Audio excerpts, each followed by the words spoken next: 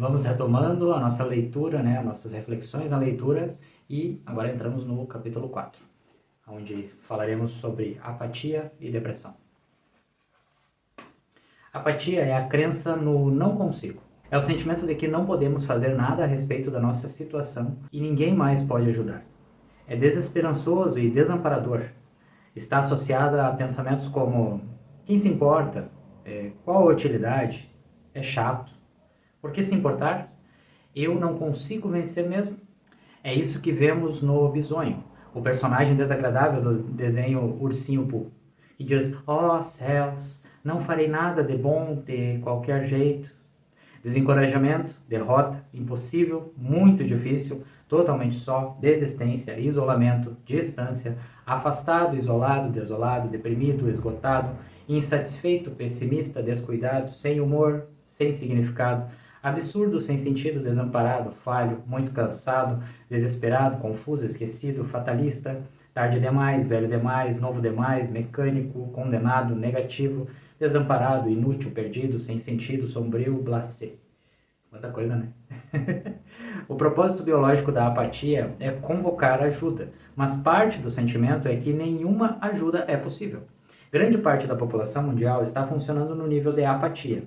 Para eles, não há esperança de que conseguirão suprir suas necessidades básicas e nenhuma ajuda virá até eles de outros lugares. Em geral, a pessoa comum é apática em várias áreas da vida, enfrentando apenas periodicamente a apatia esmagadora em todas as situações. Apatia indica falta de energia vital e está próxima da morte.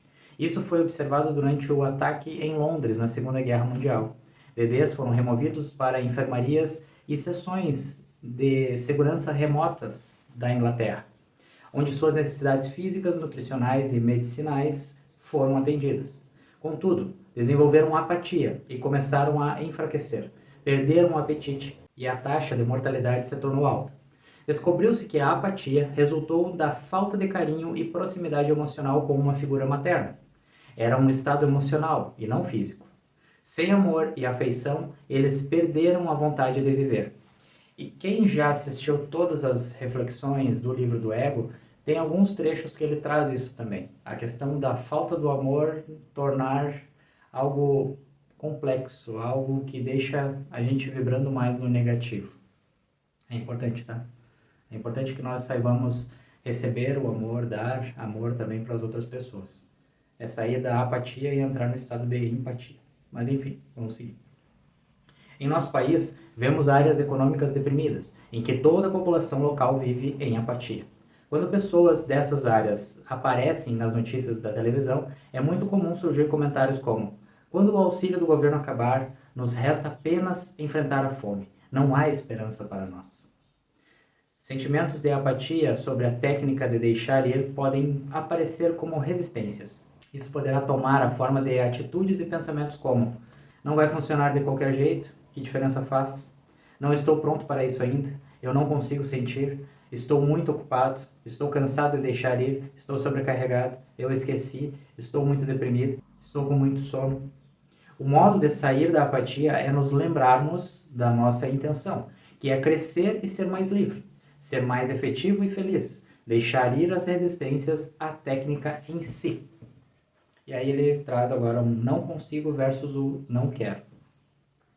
Outra maneira de sair da apatia é prestar atenção na recompensa que temos com atitudes apáticas. A recompensa pode estar nas desculpas aparentemente dignas para cobrir o que na verdade é medo. Na realidade, somos seres capazes. A maioria dos não consigo são não quero. Por trás dos não consigo ou não quero, existe frequentemente um medo. Então, quando olhamos para a verdade que está por trás do sentimento, já subimos na escala de apatia para medo. Medo é um estado energético mais alto que a apatia.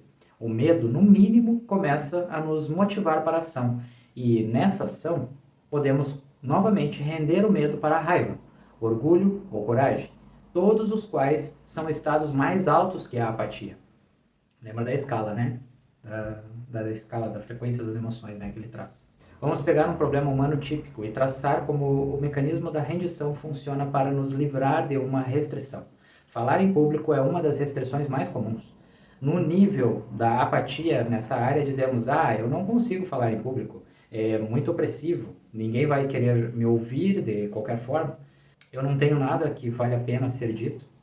Se nos lembrarmos da nossa intenção, veremos que a apatia está apenas cobrindo o nosso medo. Agora, o pensamento de falar em público é assustador, não desesperançoso. Isso nos traz uma certa clareza. Os fatos, agora, não são que não conseguimos, apenas que estamos com medo. Conforme esse medo surge e é deixado ir, nos tornamos conscientes do fato de que temos um desejo de fazer aquilo que tememos. Agora, quando olhamos para o desejo, que está bloqueado pelo medo e talvez agravado por alguma tristeza sobre oportunidades perdidas no passado, a raiva aparece. A essa altura, já nos movemos da apatia para a tristeza, para o desejo e subimos para a raiva. Na raiva existe muita energia e capacidade para ação. A raiva costuma tomar forma de ressentimento. E há tanto ressentimento que concordamos em falar em público e agora nos sentimos obrigados a fazê-lo. Também existe raiva sobre o nosso medo que bloqueou conquistas no passado, e a raiva nos leva à decisão de fazer algo a respeito disso. Essa decisão talvez tome forma de um curso para falar em público. Quando nos inscrevemos em um curso desses, já subimos para o nível de energia do orgulho, em que finalmente enfrentamos o problema e fazemos algo a respeito disso. No caminho para o curso de falar em público, o medo surge mais uma vez. Conforme ele é constantemente reconhecido e rendido, nos tornamos conscientes de que temos coragem na nossa capacidade de, no mínimo, lidar com os nossos medos e tomar uma atitude para transcendê-los. O nível da coragem tem muita energia. Essa energia toma a forma de deixar ir resíduos de medo, raiva e desejo, para que, no meio do curso de falar em público, nós vivenciemos repentinamente a aceitação. Com a aceitação, existe a liberdade da resistência, que anteriormente tomou forma de medo, apatia e raiva. Agora começamos a vivenciar o prazer. Existe autoconfiança na aceitação. Eu posso fazer isso. No nível da aceitação, existe uma grande consciência dos outros. Então, no curso de falar em público, ficamos conscientes da dor, do sofrimento e do constrangimento dos outros na sala e começamos a nos preocupar com eles. Com o aparecimento dessa compaixão sobre os outros, a autoconsciência se perde. Com o aparecimento de altruísmo, vem momentos de paz. No nosso caminho da aula para casa, vivenciamos um contentamento interno, um sentimento de que amadurecemos, que agora compartilhamos com outros. Na experiência de compartilhamento, esquecemos de nós mesmos por alguns momentos e ficamos mais preocupados com a felicidade da outra pessoa. Nós sentimos prazer na realização dos outros.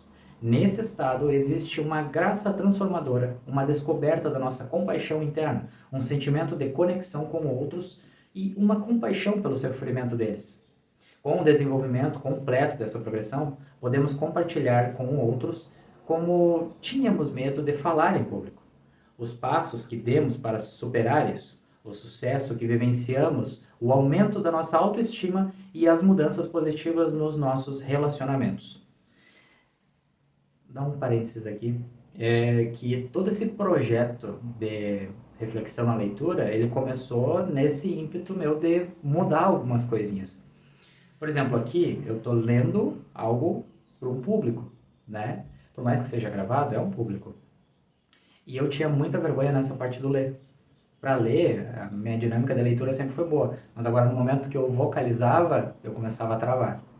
Claro, vocês veem o vídeo editado, mas comparado com o que era antes, quando eu gravava o livro do Ego, nossa, eu tinha que editar muito o vídeo. Hoje em dia eu consigo dar pequenos cortes, tipo algumas palavras assim que me trava na hora de interpretar ou o contexto na hora de interpretar, mas eu evoluí a partir disso. Então até a postura da minha voz, ao comunicar para vocês, ela tá diferente. Eu consigo trazer ela mais forte para fora. Entende? Foi um processo de evolução. E toda essa parte do livro Deixar Ir, ele traz essa reflexão. É um processo. Você vai evoluindo numa escala de emoções também. Você não precisa ficar sempre lá na vergonha, na parte de apatia, na parte da tristeza. Não, você pode sair dessa condição. E você tem capacidade para fazer isso. E esses são os pontos mais relevantes para você entender.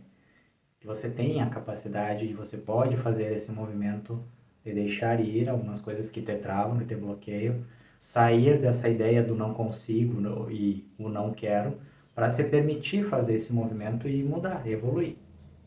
Entendeu? Vamos continuar. Essa progressão inteira é a base de uma grande parte do poder dos grupos de autoajuda. O compartilhamento de experiências internas do mais baixo até o mais alto da escala de emoções. O que no começo parecia formidável e esmagador agora foi superado, com o consequente aumento de vitalidade e bem-estar. Esse aumento na autoestima se espalha então para outras áreas da vida, e o aumento da confiança resulta em grande abundância material e capacidade de funcionamento vocacional. Nesse nível, o amor toma forma de compartilhar e encorajar os outros. E nossas atividades são construtivas em vez de destrutivas. A energia irradiada é positiva e atraente para os outros, resultando em comentários positivos e constantes. Tendo vivenciado essa progressão na escala das emoções, em qualquer área em particular, começamos a nos dar conta de que isso pode ser feito em outras áreas limitadas da vida. Por trás de todos os não consigo, existe um não quero. Os não quero significam estou com medo, ou estou com vergonha, ou eu tenho muito orgulho para tentar por medo de poder cair. Por trás disso existe a raiva, com nós mesmos e as circunstâncias produzidas pelo orgulho. Reconhecer e deixar ir esses sentimentos nos traz coragem e, com isso, finalmente aceitação e paz interior, pelo menos no que diz respeito à área que foi superada. Apatia e depressão são os preços que pagamos por termos resolvido parar e nos contentar com a pequenez. É o que ganhamos por ficarmos bancando a vítima e nos permitindo ser programados. É o preço que pagamos por termos bancado a negatividade. É o que recebemos por resistir à parte de nós mesmos que é amorosa, corajosa e grande. É o resultado de nos permitirmos ser invalidados por nós ou por outros. É a consequência de nos mantermos em um contexto negativo. Na realidade, é apenas uma definição de nós mesmos que, inadvertidamente, permitimos que aconteça. A saída é se tornar mais consciente. E é o que eu sempre falo, tornar-se mais consciente das questões do seu passado, das questões do seu presente, para que você consiga reagir. Essa é a chave. Quando tu tem uma percepção, tudo fica mais claro, tudo fica mais fluido para a tua evolução. O que significa se tornar mais consciente?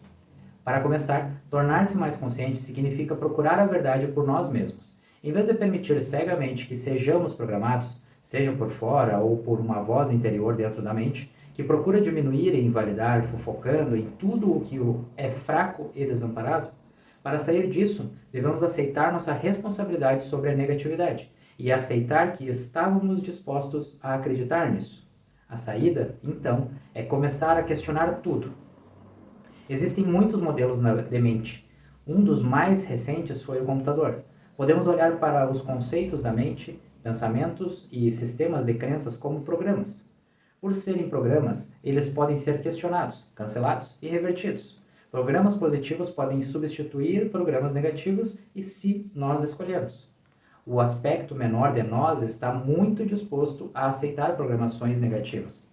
Se olharmos para a fonte de nossos pensamentos, começamos a nos identificar com suas origens e paramos com a vaidade de rotulá-los como meus e, portanto, sacrossantos.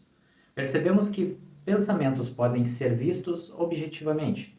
Vemos que suas origens são o treinamento que recebemos na primeira infância de nossos pais, familiares e professores, assim como algumas poucas informações que pegamos de nossos amiguinhos, jornais, filmes, televisão, rádio, igreja, novelas e a absorção automática dos nossos sentidos.